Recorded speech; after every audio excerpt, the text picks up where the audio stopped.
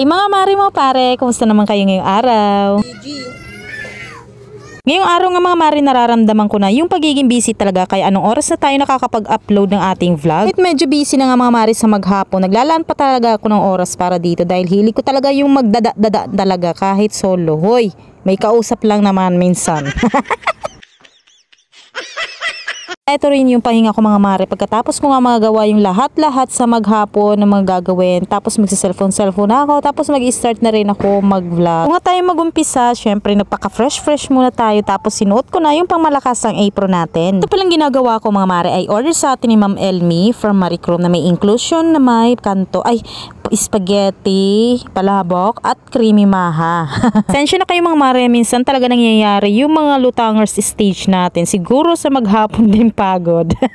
Nagluluto nga tayo ng ating 3-for-1 sulit bilao bundle. Yung pinakauna-una talaga nating ginagawa ay yung creamy maha kapag merong inclusion na maha. Simple lang kasi yung mga ingredients at mga gagamitin para sa ating maha, kaya yan talaga yung pinakauna-una nating ginagawa. Ito nga ginamit nating gata ay frozen, kaya ganyan mga mare. Yung good noom na gata yan mga mare dahil naubos na nga sa atin yung Coco Mama. Nga sa whole corn na nilalagay natin sa ibabaw, naglalagay din tayo dito sa mixture at meron ding cream corn. Kaya palong-palo talaga sa sarap tong creamy maha natin. Kaya kung hindi nyo pa nga natatry mga mare, ay ito na nga yung sign para i-try nyo na, i-add to cart nyo na yan. Go! Isausaw lang nga tayo ng konti dyan sa usapan nila, then back to work na ulit. Sayang yung maritesan. Bang kumukulo nga yung mixture ng ating creamy maha, ay tuloy-tuloy din ako sa paghahalo ng ating kinunaw na cornstarch para tuloy-tuloy na din yung paglalagay, tapos halo, then sali na sa bilao. Jumaarte kasi itong creamy maha mga mare, kaya dapat tuloy-tuloy na sa paghalo once nalagay na natin yung cornstarch. Ito lang muna natin ng mabuti yung gata para maiwasan natin yung madaling pagkasira ng pagkain. Kailangan talaga na dapat lutong-luto at malinis. After nga nito ang kumulo na, tapos alam na natin na lutong-luto na nga yung mga hinalo natin dito, ay tsaka natin ilalagay yung kinunaw na cornstarch, tapos halo naman ng halo.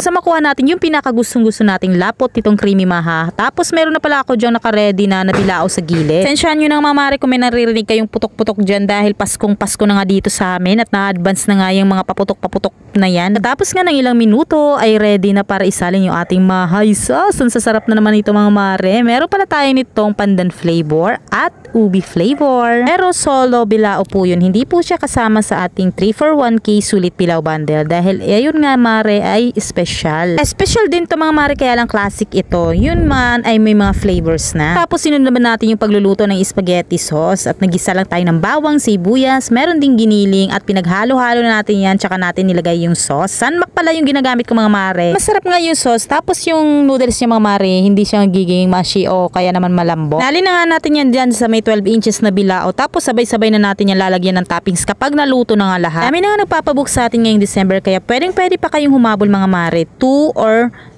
weeks before o kaya naman 1 week before, kaya para naman ma-secure yung slot nyo ay pwede na kayong magpa-reserve. Yun lang muna for today's video. Bye!